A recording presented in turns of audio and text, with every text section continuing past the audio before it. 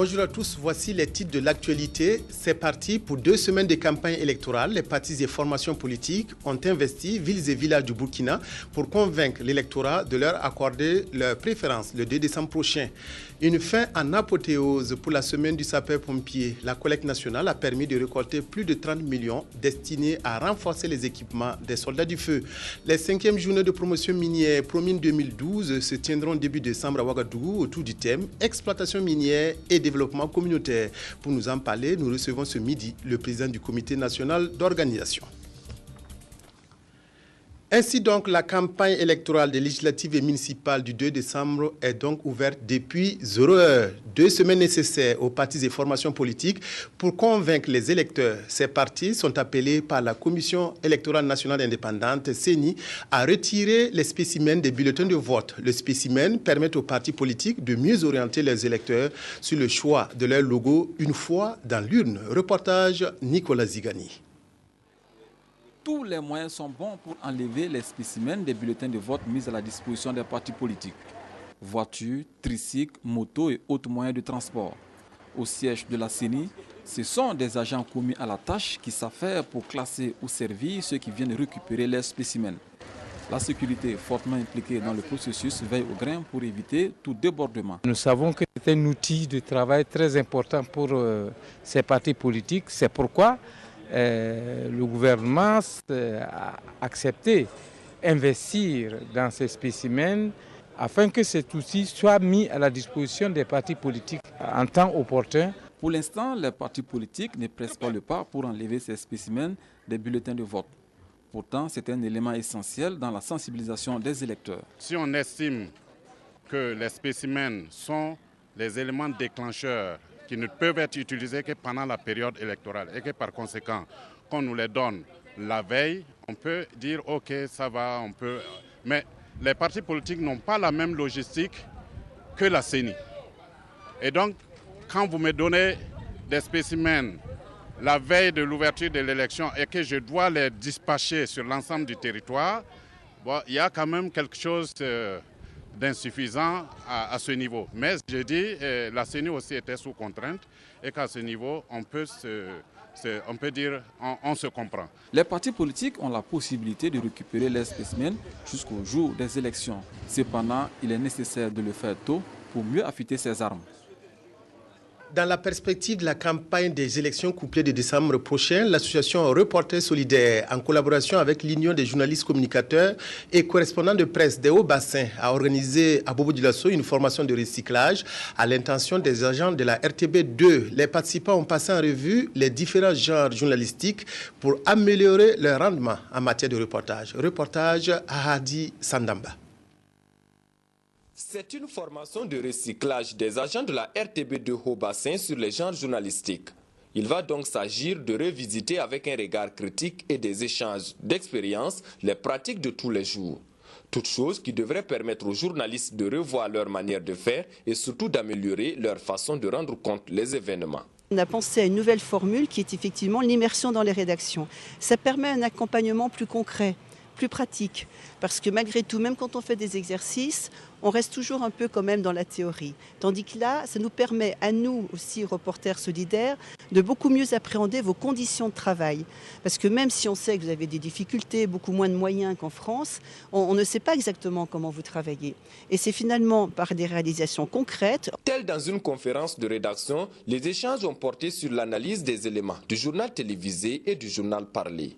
Pour la responsable de la RTB de Haut-Bassin, cette formation vient à point nommé au regard de l'actualité politique du pays. Nous sommes à quelques jours de l'ouverture de la campagne pour les législatives municipales couplées. Et vous savez que c'est un véritable challenge pour chaque Burkinabé que nous sommes. C'est-à-dire que chacun attend, espère, aspire à des élections apaisées au Burkina. Des élections apaisées appellent la responsabilité sociale des journalistes que nous sommes.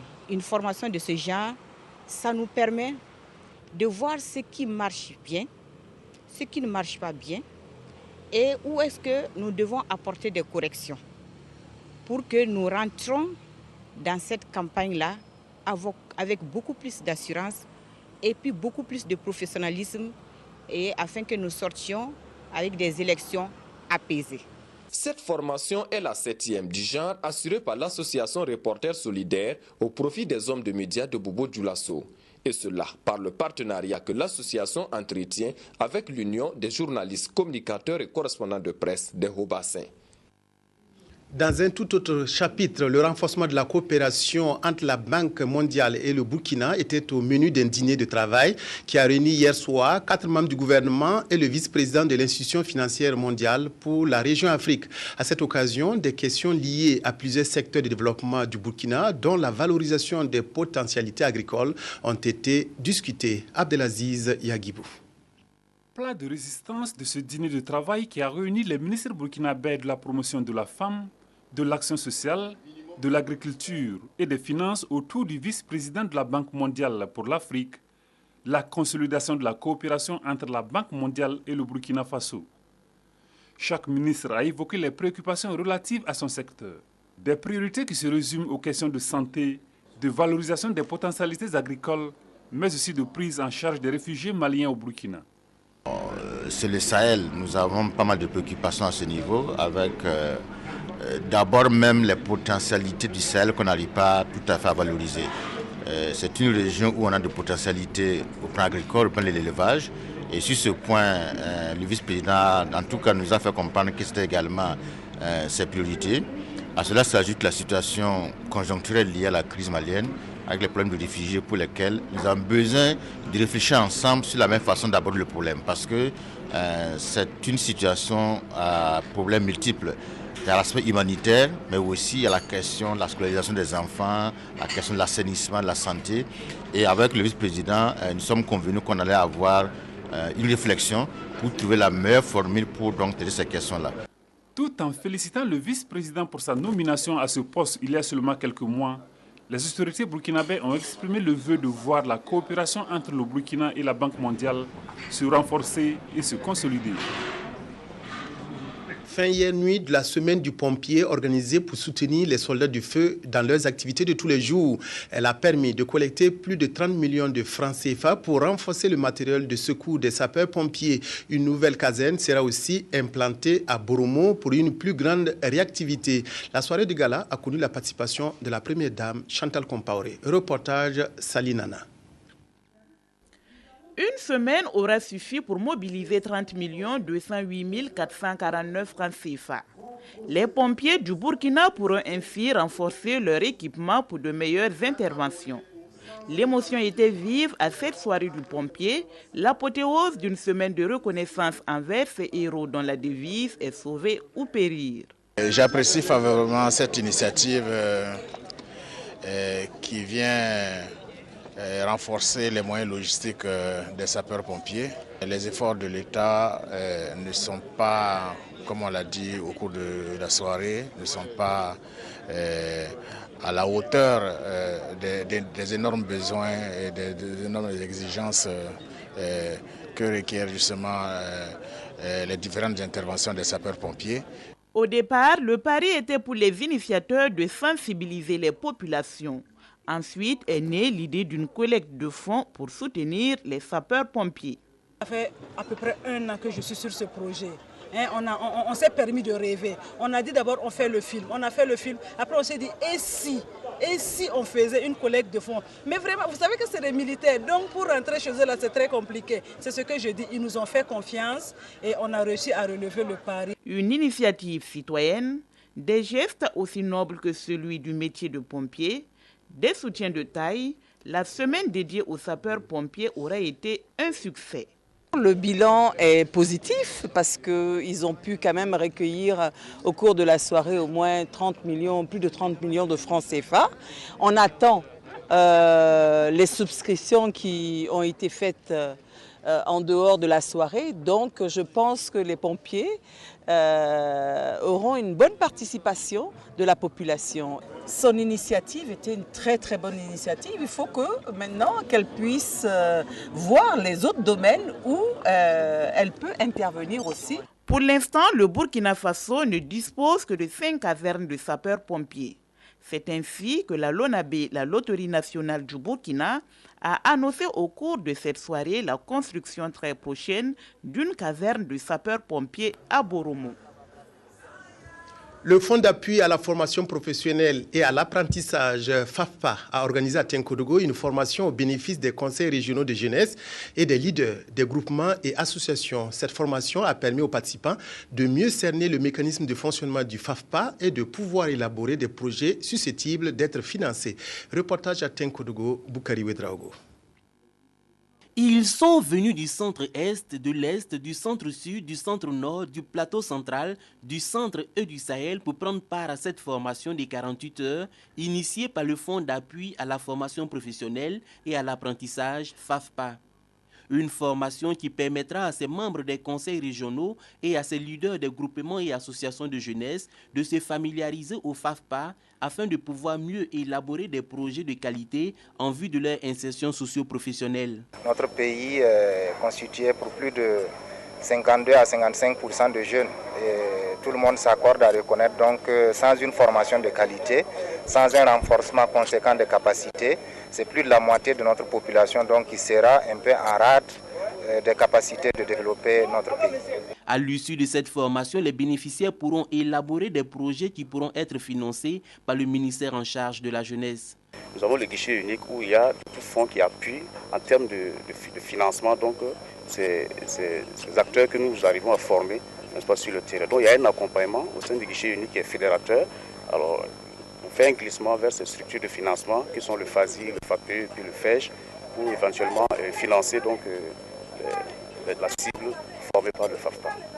Soucieux du devenir professionnel des jeunes, le Fonds d'appui à la formation professionnelle et à l'apprentissage a organisé au cours de l'année 2012 6 rencontres d'échange et de réflexion sur la problématique de la formation professionnelle avec les jeunes diplômés des universités et les responsables de centres privés de formation professionnelle.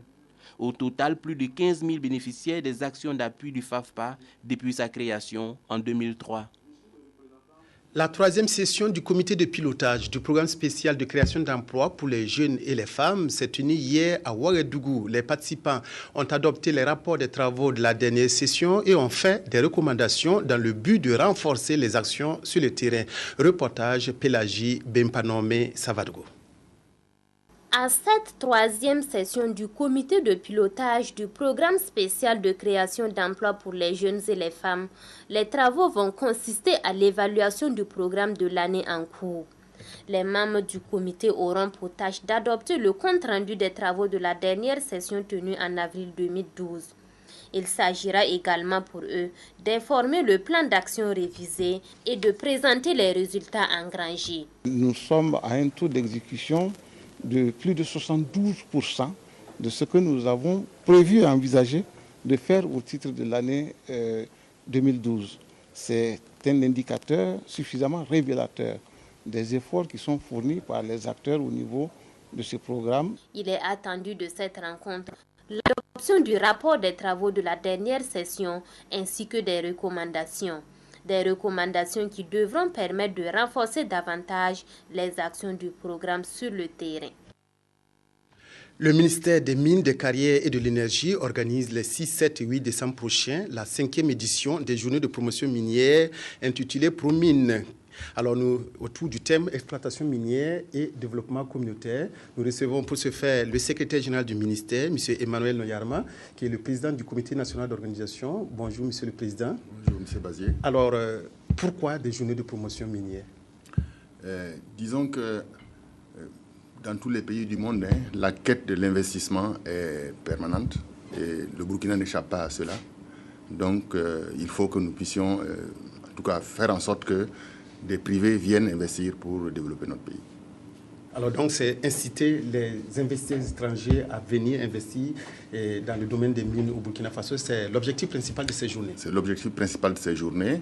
Et en plus de cela, nous avons choisi un thème d'actualité qui va nous permettre d'échanger avec l'ensemble des acteurs pour un peu parler de la situation que nous vivons aujourd'hui au Burkina, notamment la question de l'attente des populations de la production minière. Exploitation minière et développement communautaire, et pourquoi ce choix-là? Est-ce que c'est pour répondre aux diverses, j'allais dire, sollicitations des populations, des acteurs de la société civile qui disent qu'on n'investit pas beaucoup dans le développement communautaire au Burkina par les sociétés minières, c'est ça? Exactement, puisque la question, vous le constatez très régulièrement, des populations barrent une route, essayent d'empêcher en fait des miniers de travailler. Je crois qu'il faut qu'on mette ce débat-là sur la table avec l'ensemble des acteurs, des communes, et faire venir également ceux qui ont été des pays miniers avant nous. Ils ont été des pays miniers avant nous, donc ils ont connu en fait cette situation d'attente en fait des populations. Comme ça, on va partager nos expériences et voir comment cette question-là peut être discutée ensemble avec les populations et faire en sorte que effectivement leurs besoins légitimes soient pris en compte par l'exploitation minière. Cela veut dire que des actions sont menées, mais les populations les jugent insuffisantes pour le moment. Alors, quelle est la contribution de l'exploitation minière pour le budget du Burkina? Qu'est-ce que ça apporte concrètement au Burkina? Alors, au 31 décembre 2011, on avait 121 milliards environ que le budget de l'État en fait, a pu engranger. Pour cela, je vous ai amené en fait, le numéro de Minergie, parce que nous essayons également de rendre public ce que en fait, nous encaissons en fait, dans le domaine des mines. Et, si vous voulez, la grande question, c'est que les populations disent qu'il n'y a pas suffisamment d'actions visibles à leur niveau. Mais lorsque vous regardez en fait, le fonctionnement d'un État, l'argent qui est récolté, ça sert d'abord à l'État-mère de faire des programmes d'investissement au niveau national et au niveau local. Ensuite, vous avez les miniers qui sont en exploitation, qui ont mis en place des fondations. Et ces fondations-là, normalement, travaillent avec les populations pour un peu essayer de recenser en fait, leurs besoins et puis financer ces besoins. Ensuite, sur les taxes en fait, qui sont reçues, il y a une partie que la législation oblige l'État à reverser en fait, aux communes pour qu'ils puissent également avoir une certaine autonomie en termes de dépenses. Et si vous regardez, dès qu'il y a une mine, il y a une économie qui se développe en fait autour de la mine. Je pense que ça aussi c'est quelque chose de très important. Et donc tout ça, ça participe en fait. Mais on ne sait pas, les populations demandent un peu plus. Donc nous allons échanger là-dessus. Et puis on a mis en place au niveau des régions des cadres de concertation. Et également autour de ces cadres de concertation, on verra qu'est-ce qui est vraiment légitime et qu'est-ce qui est réel pour pouvoir en fait les prendre en compte. Souvent, les observateurs estiment qu'il y a un déficit de communication. C'est ça qui fait que les populations jugent que les actions des sociétés minières sont toujours insuffisantes, alors que les populations ne prennent pas en compte le cadre national qui est également mis en jeu. Exact. Donc, ça veut dire qu'on va échanger au cours de Promine et puis on verra. Parce qu'on a invité en fait les maires, tous les maires qui ont des mines en exploitation sur leur commune, et ils vont venir et puis on va voir comment ils perçoivent cette situation. Et c'est vrai qu'à travers les différentes discussions également avec eux, ils ont souhaité qu'on puisse relever le niveau de reversement en fait, des taxes qui sont perçues à leur niveau pour qu'ils puissent eux également avoir une certaine force de frappe en termes de projet de développement local. Alors, monsieur le secrétaire général, la 5e édition, c'est pour bientôt. Comment vont se dérouler ces journées de promotion minière concrètement? Alors, disons qu'on a 2 tables rondes, 2 sessions et une excursion, l'une à Perquois pour voir en fait la mine qui est en essai et une à Isakan pour voir en fait une mine qui est en exploitation. Au niveau des sessions, les 2 sessions vont se focaliser sur la grande question mine et développement local et mine et attente sociale. Au niveau des tables rondes, nous allons parler maintenant du volet investissement, notamment le rôle de l'État dans la promotion en fait, d'un secteur minier. Et le deuxième point, c'est de présenter un peu ce qui a été découvert au Burkina et puis comment, en tout cas, on peut inciter les investisseurs à venir appuyer en fait, à la mise en œuvre, à la mise en exploitation. Alors, on sait que les éditions passées ont connu un grand engouement. la part donc des sociétés minières à travers le Burkina et à l'étranger. Est-ce que l'édition 2012 n'échappe pas à l'arrêt? Est-ce que c'est toujours, en tout cas, la même mobilisation des sociétés minières pour participer à ces journées-là? Je pense que c'est la même mobilisation. Disons, à titre d'exemple, je peux dire que les stands qu'on a prévus, on avait prévu 115 stands, il n'y a plus rien. Tous les stands sont occupés. Donc ça veut dire qu'effectivement les gens se mobilisent en fait pour venir participer en fait à ProMine.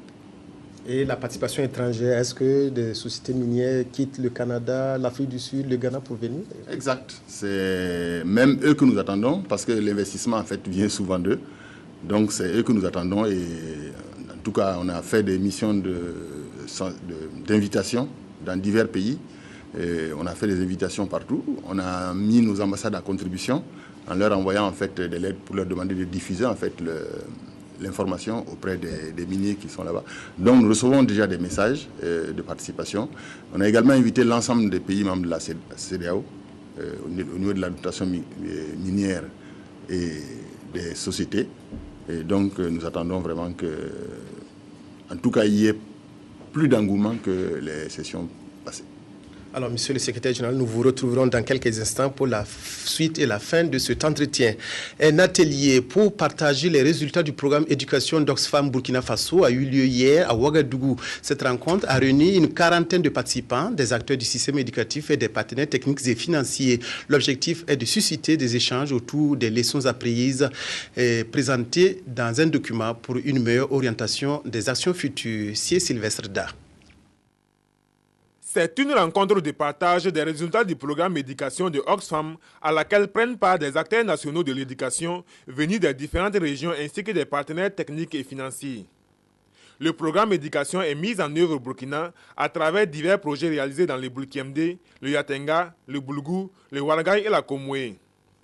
Par la documentation des acquis tirés de ce programme et le partage avec les acteurs du système éducatif burkinabé, Oxfam veut contribuer à promouvoir de nouvelles approches, question de donner une nouvelle dynamique au secteur de l'éducation. À partir de ces guides, on peut suivre de façon méthodologique et élaborée, et en tirant leçon des expériences qui ont été menées, des erreurs commises au Burkina et essentiellement des acquis. La présentation des acquis du programme d'éducation aux participants sera suivie de débats en plénière qui devraient aboutir à des amendements. Le souci étant de produire un document consensuel et facilement exploitable. Les 3 acquis que nous avons identifiés, qui sont jugés majeurs, seront mis sous forme de fiches techniques et que ces fiches pourront être utilisées par d'autres partenaires qui voudraient faire la même chose. Par exemple, si je prends un acquis sur l'implication des parents dans le suivi des résultats scolaires, nous allons décrire la démarche que nous avons eu à suivre. Il s'agit pour Oxfam de mettre en place une stratégie pays commune de promotion de l'éducation. Une action qui s'inscrit dans l'engagement des affiliés de Oxfam à agir ensemble désormais et à parler d'une même voix dans les pays de la région Afrique de l'Ouest et Maghreb. Le gouverneur de la région 13403 du Lions Club a rencontré les Lions du Burkina pour leur délivrer le message du président international du Lions Club. Ce message a trait à la lutte contre l'obscurantisme dans le monde et aux nombreux défis à relever pour un bien-être des populations burkinabées. Claudine Bikaba. Le gouverneur de la région 13 du Lions Club international est venu rencontrer les Lions du Burkina. L'objectif de cette rencontre est de faire passer le message du président qui exhorte les lions du monde à faire reculer l'obscurantisme en vue de changer le monde. Le président international du Lions Club international, le Wayne Meadow, nous a demandé cette année de nous occuper de la lutte contre l'analphabétisme. Il dit qu'à travers le monde, nous avons 1 milliard d'hommes et de femmes qui ne savent ni lire ni écrire. Il a remarqué aussi que dans tous les pays, la scolarisation est en train de baisser. Il a demandé donc aux Lions, cette année, d'aider les États à ce que la lutte contre l'analphabétisme soit une réalité. Le gouverneur invite également les Lions du Burkina à relever quelques défis du développement.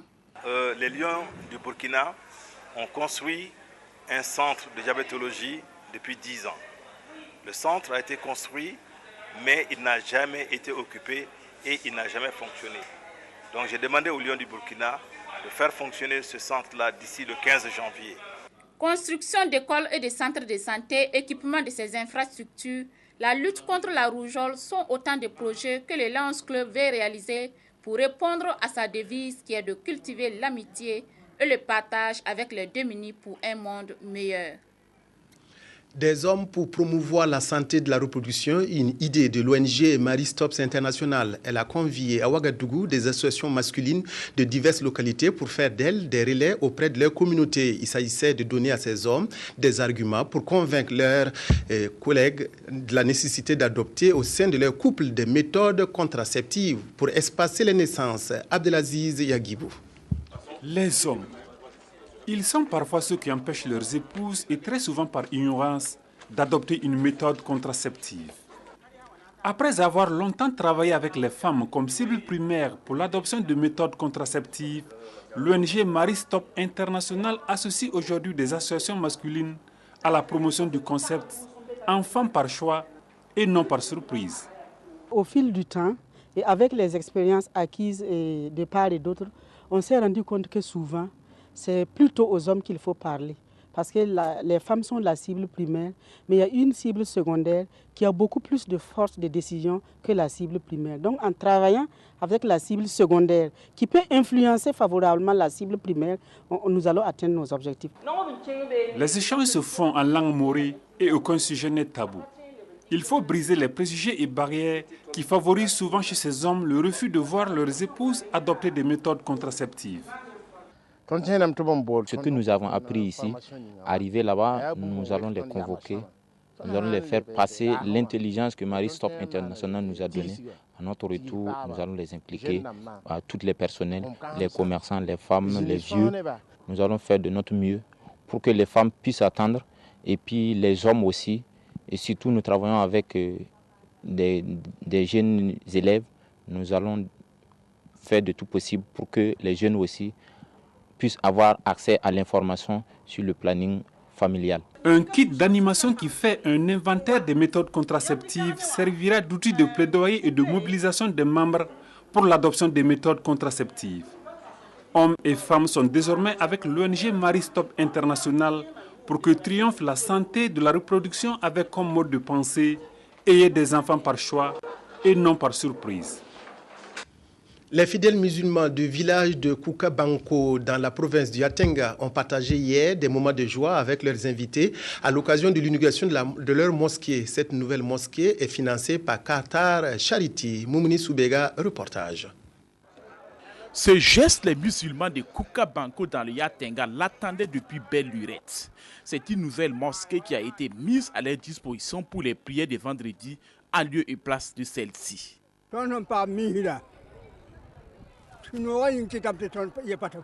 Nous sommes très fiers et nous ne pouvons que remercier les donateurs.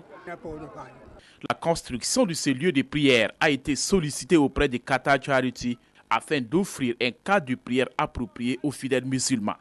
C'est d'abord un message de cohésion, de paix et d'affermissement de leur foi et surtout un message de vie de musulmans bien rempli avec donc la paix, la tolérance. C'est l'occasion pour nous de les remercier, de remercier surtout Qatar Charity et pour l'œuvre qui a été réalisée car comme on l'a dit, quiconque bâtit une maison de Dieu, une mosquée qui est une maison de Dieu, Dieu, Allah le récompensera par une maison au-delà de la maison qu'il a construite au paradis.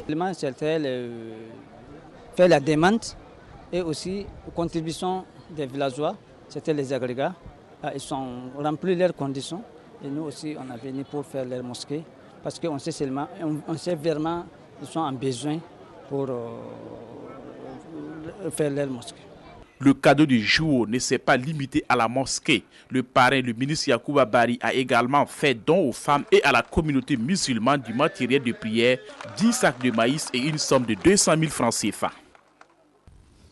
Monsieur le secrétaire général du ministère des Mines, des Carrières et de l'Énergie, président du comité national d'organisation des journées de promotion minière ProMine 2012. Alors, est-ce qu'on peut très rapidement faire l'état des lieux de l'exploitation minière actuellement au Burkina? Il y a combien de mines en exploitation et en construction? Alors, disons qu'actuellement au Burkina, on a 6 mines d'or qui sont en fait en exploitation. On a une mine de zinc Perquois qui est presque finie. Ils sont aujourd'hui au stade des essais. Et on a une mine d'or également, Bissa-Zankom, où en fait nous pensons qu'en janvier on pourrait éventuellement faire l'inauguration en fait de la mine. Alors au niveau en fait des zones de recherche où il y a eu d'importantes découvertes, je crois qu'on a 4 ou 5 qui ont aujourd'hui besoin en fait d'investisseurs pour pouvoir en fait eux aussi mettre leurs réserves en exploitation. Donc c'est essentiellement dans ce sens-là que nous invitons en fait les investisseurs à venir. Alors le manganèse de Kéré était en exploitation et celui de Tandabao, est-ce qu'on a relancé ce grand chantier? Ok. Pour le manganèse de Kéré, malheureusement, cette petite mine est aujourd'hui arrêtée parce que, disons, le groupe en fait qui l'exploitait avait également une autre mine en fait en zone malienne. Donc, compte tenu de la situation aujourd'hui, c'est un peu perturbé. Donc, ils ont arrêté l'exploitation. Sur Tambao, vous avez dû suivre en fait dans les journaux au dernier Conseil des ministres, le Burkina a réaffirmé en fait son attachement à ce que Pan-African puisse poursuivre en fait finaliser en fait son étude et voir comment cette mine-là peut être mise en exploitation. Alors très rapidement, quelles sont vos attentes pour ces journées de promotion minière 5e édition? Alors la première des choses, c'est qu'on a invité du beau monde. On voudrait bien que tout le monde soit là. La deuxième des choses, on a des thèmes qui est un thème d'actualité. On aimerait vraiment qu'on ait un débat ouvert et constructif autour en fait de ce thème. Et le troisième, c'est que les sociétés qui sont très avancées aujourd'hui puissent en fait trouver des partenaires qui vont en fait les appuyer pour la mise de leur mine en exploitation. Voilà, merci beaucoup, monsieur le secrétaire général du ministère des Mines, des Carrières et de l'Énergie, président du comité national d'organisation de ProMine 2012, prévu en début décembre. Voilà, merci d'être venu ce midi sur ce plateau de la RTB. Fin de cette édition, merci à vous de l'avoir suivi. Excellent après-midi à toutes et à tous, en compagnie de la RTB.